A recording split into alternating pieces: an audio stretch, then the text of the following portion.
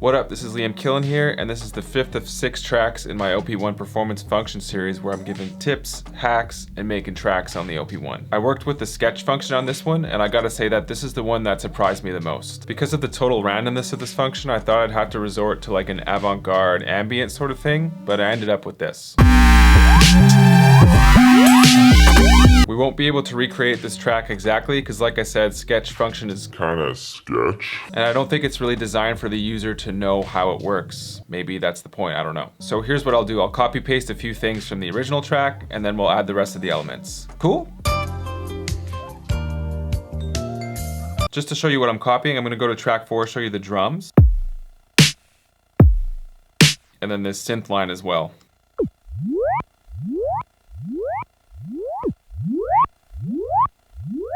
So I'll copy paste the whole track, shift, lift. Make sure to paste it. Head over a few bars, in, out. So I start a new loop there, and then I paste it like this. And then I'll erase the parts that we don't need. So track 1 we don't need, lift. Track 2 we don't need, lift. So we're left with this.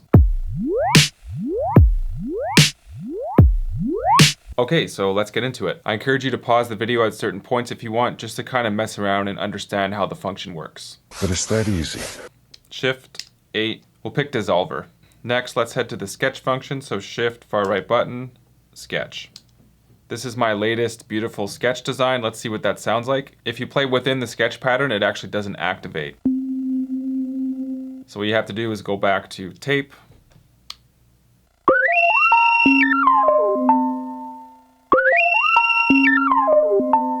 right away you can see that this is a very unpredictable function. Let's try to understand how it works. If you turn the green knob, it goes up and down. And if you turn the blue knob, it goes sideways. And if you want to skip a space sideways, you turn the white knob. To skip a space up and down, you turn the red knob. If you hold one note and twist the green knob, it'll change the frequency of that note.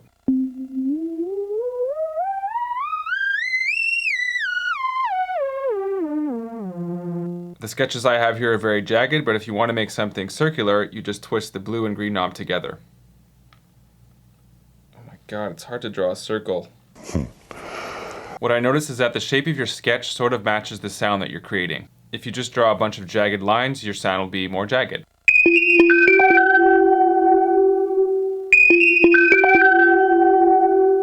Whereas if you draw something more circular, the notes flow into each other kind of like a glissando. Like this pattern I just made here is a mix of jagged and circular. Let's see what that sounds like.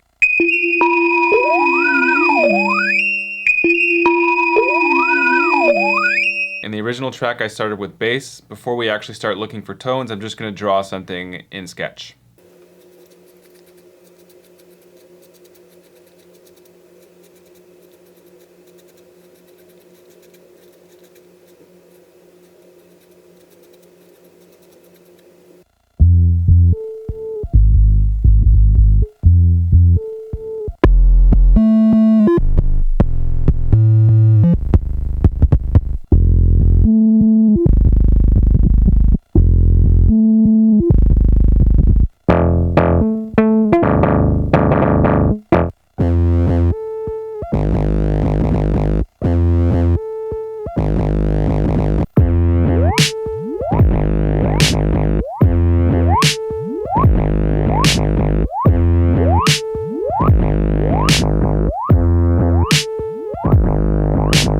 Glitchy!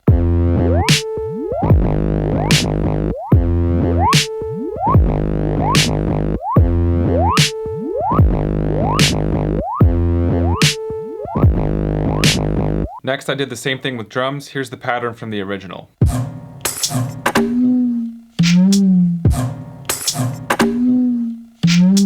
I didn't program any of those drum parts. I just sketched something, dropped the kit in, and that's what came out. We'll head over to drums, shift, sketch.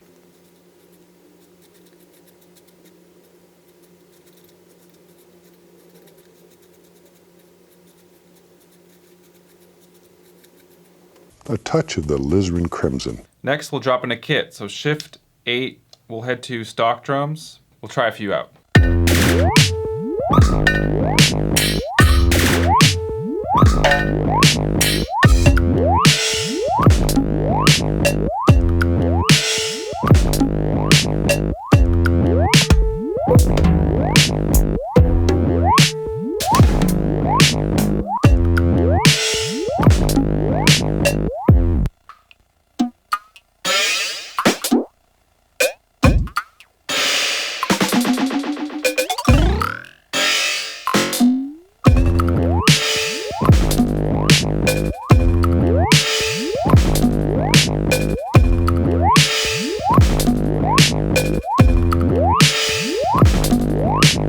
Alright, definitely not conventional, but I'm happy with it. Let's record that.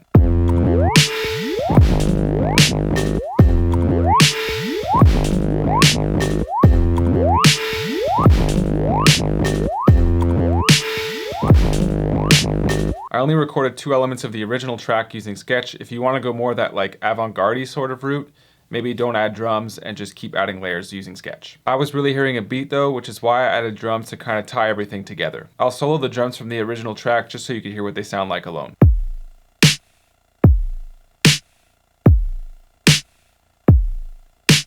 These sounds are from my free sample pack, which you could just drop into the OP1 and use very easily. I also use the finger function to program these drums, which I get into in another one of my OP1 Performance Function Series videos. Description. Just to reiterate, this is what we have so far. We've got the bass line.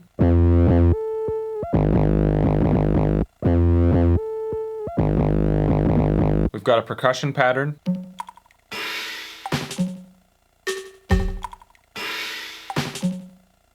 And we got some nice fat sounding drums. Separately, the 2 parts that I sketched sound sketchy, but in the context of the track, it flows. The thing that I love about this pattern is that it's not perfectly quantized, so you have these pushes and pulls and artifacts that give the pattern a sort of edge. Just taking a look here at track 3, this is the synth pattern from the original track.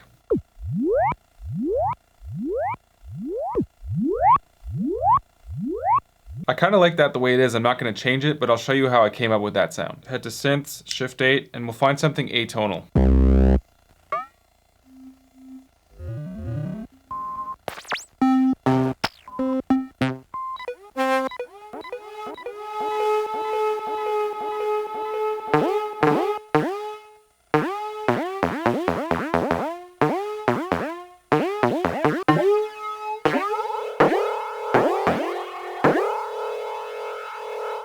Okay, great, we've got that tone. Let's head to tremolo. And this is where you could change the envelope of the note to give it that like sweeping upwards whoop whoop sound. Shift red knob to change the envelope. And as you can see, that's the sweeping motion that we want.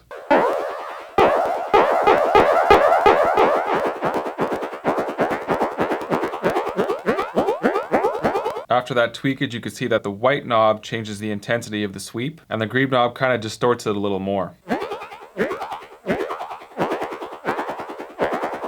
And that's what makes it the track. Make sure to stick around to hear the original track that plays out at the end. Thank you guys so much for watching. Make sure to like, subscribe, and share if you like what you see. It really helps me out. It'll help this channel. I'm really digging making these types of videos for you guys right now, and the love definitely helps me create. If you want to keep up to date with other things that I'm doing, check me out on Instagram, and yeah, I'll see you guys next time.